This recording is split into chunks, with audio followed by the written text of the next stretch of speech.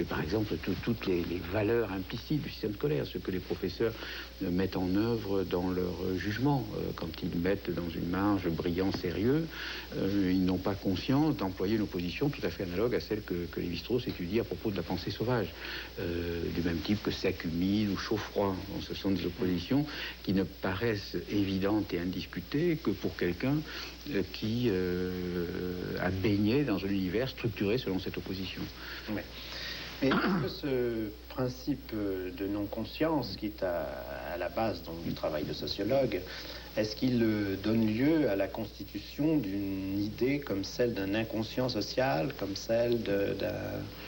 Non, alors justement, cerner cette réalité. En fait, il y a plusieurs manières de ne pas avoir conscience. On a tendance à donner une réalité substantielle à ce qui doit être pensé en relation. Alors, pour ne pas développer ça abstraitement... C'est-à-dire que l'inconscient devient une sorte de double... Voilà. Alors, en réalité, donc, il y a déjà des choses qui sont implicites. Bon, c'est ce que les exemples que je prenais, c'est de cet ordre. Ce qui paraît évident, ce sont des conduites, des pratiques régulières, des institutions qui sont organisées selon des oppositions, par exemple, dans beaucoup de sociétés, des oppositions dualistes, un exemple étant masculin-féminin, ils sont organisés selon des oppositions que nous avons aussi dans l'esprit, et donc nous ne voyons pas l'arbitraire de ces oppositions parce que ça colle trop bien, en un sens. Notre cerveau, si on peut dire, est structuré comme le monde, et du coup, ça va de soi. Alors ça, c'est une part des choses. Mais il y a aussi des choses que nous ne savons pas parce que nous ne voulons pas les savoir. Quand on dit « je ne veux pas le savoir ». Résistance. Il y a des résistances. Voilà. Alors là, il y a des choses très importantes dans le monde social. Et souvent, d'ailleurs, les deux choses se combinent. Il y a des choses qui sont, par exemple, sur le système scolaire, il y a des choses qui sont difficiles à savoir du fait de cet accord que je décrivais, mais aussi parce que à l'inconscience des mécanismes réels, est associée toute une série d'intérêts. Bon, il y a des gens qui ont intérêt à ne pas savoir et à ce qu'on ne sache pas. Bon, alors on passe donc du secret. Par exemple, c'est un très bel exemple. J'avais un jour, je travaillais sur les grandes écoles, et dans une des grandes écoles, c'est l'école des hautes études commerciales, l'administration, avec l'accord des élèves, avait fait une enquête sur les résultats ultérieurs des élèves de cette école, et ils avaient pris plusieurs variables explicatives. Il y avait le rang d'entrée dans l'école, la profession des parents, et puis quelques autres variables. Et ils découvraient une formidable corrélation, non pas avec le rang d'entrée, comme le croirait le système scolaire, mais avec la profession des parents. C'est-à-dire, plus on avait des parents de niveau élevé, plus... avec le même titre ancien de HEC, on avait des avantages économiques, sociaux, etc. Bon, et cette enquête m'est tombée entre les mains par toutes sortes de ruses, c'est là qu'ils sont obligés de ruser, par l'intermédiaire de l'ancien élève qui me l'a passé, il y avait dessus secret. Bon, voilà. Autrement dit, ça pose des problèmes aux sociologues. Les sociologues, souvent, dévoilent des choses cachées. Et Bachelard le dit pour les sciences de la nature. Bachelard dit il n'y a de science que du caché. Bon. Alors ça, on l'accorde à la physique, mais le sociologue dévoile. Ce qui ne veut pas dire qu'il dénonce, parce qu'on dit souvent, il dévoile des choses cachées. Et par le fait de dévoiler, évidemment, il attente à des intérêts. Il dérange. Et est-ce qu'il y a donc des techniques, des savoir-faire qui permettent cette traversée des apparences? Alors, évidemment, ce travail est extrêmement difficile. D'abord, il y a tout un travail du sociologue sur lui-même, qui est opéré avec l'aide de la communauté scientifique. Il ne faut pas oublier que le sociologue, comme tout savant, est inséré dans un univers de concurrence, de lutte, ou de lutte pour la vérité, mais aussi pour convaincre les autres d'erreurs, etc. Et dans ces luttes, la vérité s'éprouve. C'est-à-dire, dès que je publie quelque chose, moi ou un autre, je m'expose. Et tous les moyens sont bons pour réfuter. Bon. Donc il y a ça, et ces contrôles collectifs deviennent des contrôles subjectifs. Et la méthode scientifique, c'est au fond l'intériorisation de cet état, à un moment donné du temps, des contrôles. Bon. Bon, ça c'est le premier point. Oui, pardon, mais ce n'est pas tout. C'est-à-dire que ces contrôles, ils sont exercés à travers des méthodes. Ce que nous avons en commun, par exemple, c'est un certain type de techniques statistiques. Lorsque, par exemple, je suis arrivé un jour à un débat, c'est un des grands souvenirs de ma vie, avec un historien de l'économie. Bon, il s'agissait d'un débat sur le patronat, et il avait repris, je venais de publier un article sur le patronat en France, il avait repris mes statistiques et il avait refait les analyses en mettant en œuvre la même méthode. Bon, et il dit, ah, mon cher collègue, je pense que vous avez fait une erreur, etc. Et je lui ai dit, comment avez-vous fait? Et j'ai vu qu'il avait éliminé une partie de la population qui expliquait la différence entre nos jugements. Donc là où la discussion, disons, ordinaire, affronte, non pas des arguments, affronte des thèses antagonistes intéressées, la discussion scientifique affronte des hypothèses accompagnées d'éléments de preuve, et du même coup, pour parler comme l'autre, c'est toujours falsifiable. On peut refaire une démonstration. Alors, c'est ça la scientificité de la sociologie. Alors pour nous, les instruments, pour aller très vite, enfin bon, les gens en ont une idée tout à fait sommaire.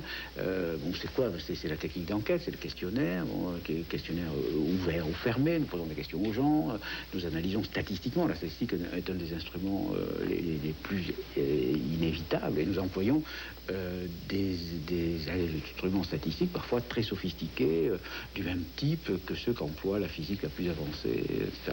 Voilà. Alors il y a d'autres techniques, par exemple pour explorer en profondeur ce que les gens ne savent pas sur ce qu'ils font. On peut faire des entretiens très approfondis dans lesquels on travaille un peu, pour employer une analogie, comme Socrate. C'est-à-dire, non seulement on interroge, mais on assiste la personne interrogée, qui peut ne pas avoir toujours les instruments d'expression nécessaires pour dire ce qu'elle éprouve.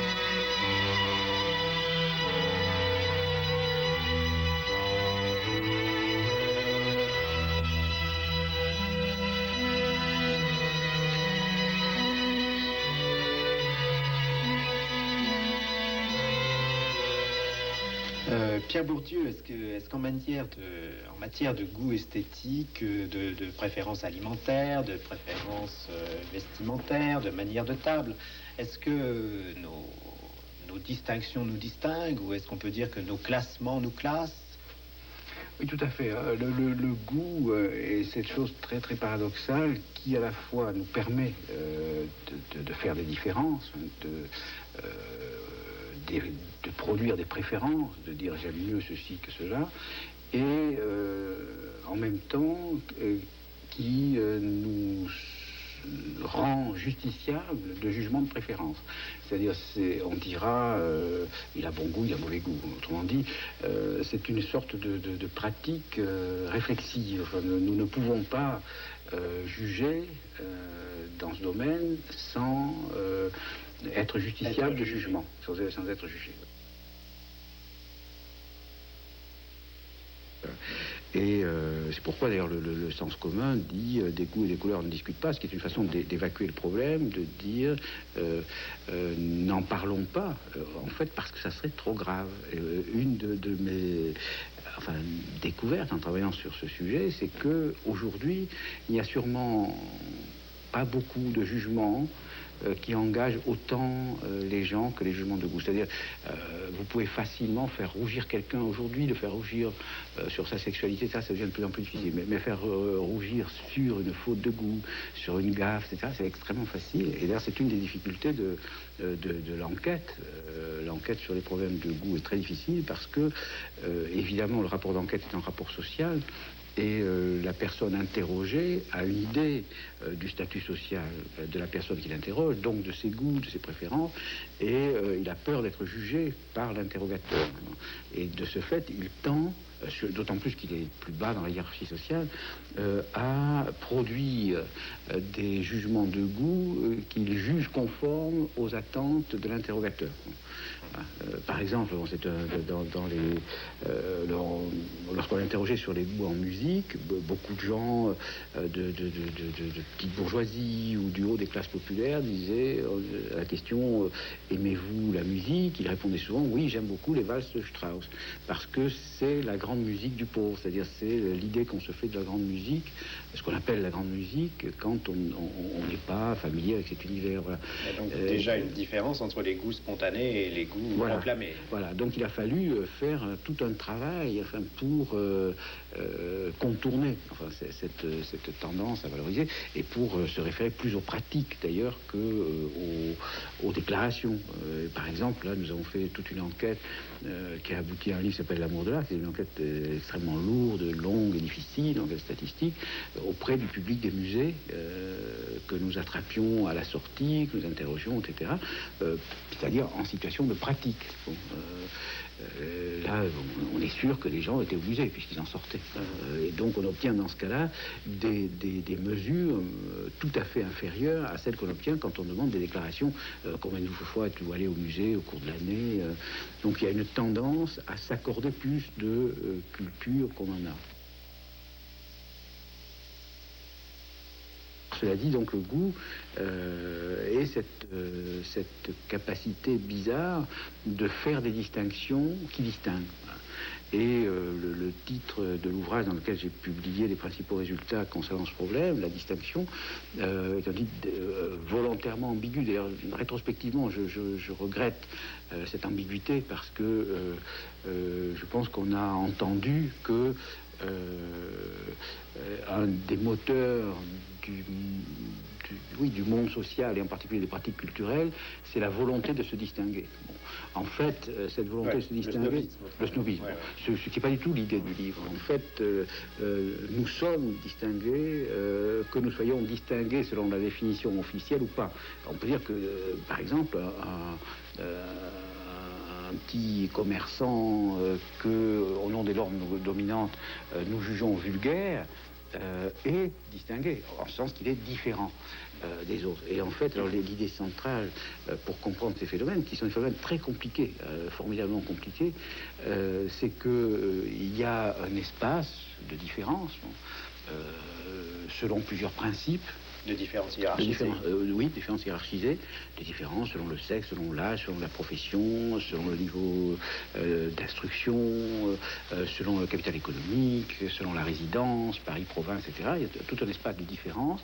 Bon, et ces différences objectives, enfin dans les moyens, pourrait-on dire, les moyens de consommation, se retraduisent en différences dans les préférences manifestées. Bon, c'est-à-dire quand vous savez où quelqu'un se situe dans cet espace de différence, c'est-à-dire quand vous savez sur lui, sur sa profession, son niveau d'instruction, la profession de ses parents, etc., vous pouvez deviner en gros, sinon quelle catégorie de goût il aura, quelle catégorie de goût il ne peut pas avoir. Autrement dit, il y a une prédiction, une prévision qui signale une corrélation. Voilà.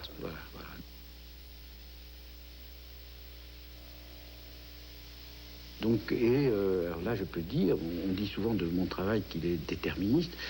À quoi je réponds? Simplement qu'il constate. Moi, je constate des corrélations stupéfiantes. Et parfois, je me dis, on va encore dire que je suis déterministe. Ça me surprend moi-même de voir à quel point, par exemple, dans l'univers des grandes écoles, qui est un univers dans l'espace de la distinction, où je décris l'ensemble du monde social, c'est un point.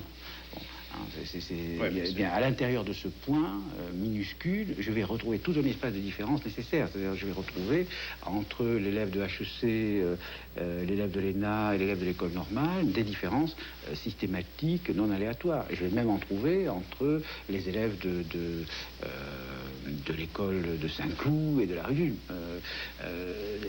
c'est tout à fait impressionnant. Alors, évidemment, ce sont des différences statistiques. Ça ne veut pas dire que on est condamné à avoir un goût déterminé à partir d'une position déterminée, mais nous avons des goûts probables.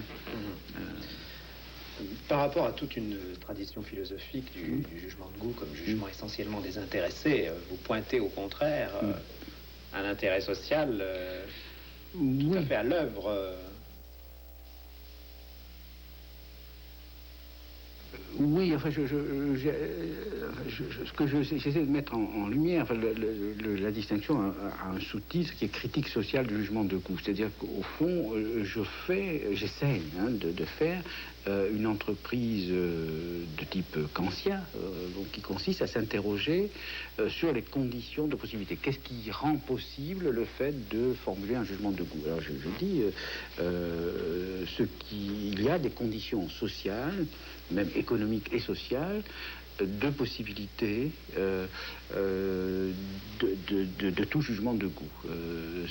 Alors que la représentation dominante du jugement de goût, qui est justement la représentation kantienne, ne vaut que pour les dominants. C'est-à-dire la représentation dominante est que le jugement est un jugement pur, qui n'a pas de détermination externe, qui est autonome, autotélique et autonome. Distancé. Et distancé. Alors que dans la réalité, c'est que il y a, oui, des conditions sociales de possibilité. Pour avoir les goûts que j'ai, il faut que je sois le produit de certaines conditions sociales. Et l'esthétique pure, alors pour prendre l'exemple le plus défavorable à ma thèse, en apparence, l'esthétique pure, l'esthétique de l'art pour l'art, l'esthétique de la forme, etc., a des conditions historiques et, on pourrait dire, pour employer la distinction, phylogénétique et ontogénétique de possibilités. Alors je m'explique, c'est-à-dire pour que quelqu'un regarde un tableau de Poussin ou de Mondrian ou de Nicolas de Staël, comme il faut le regarder selon les normes qui définissent aujourd'hui l'esthétique légitime, pour quelqu'un le regarde comme ça, il faut qu'il y ait eu toute une histoire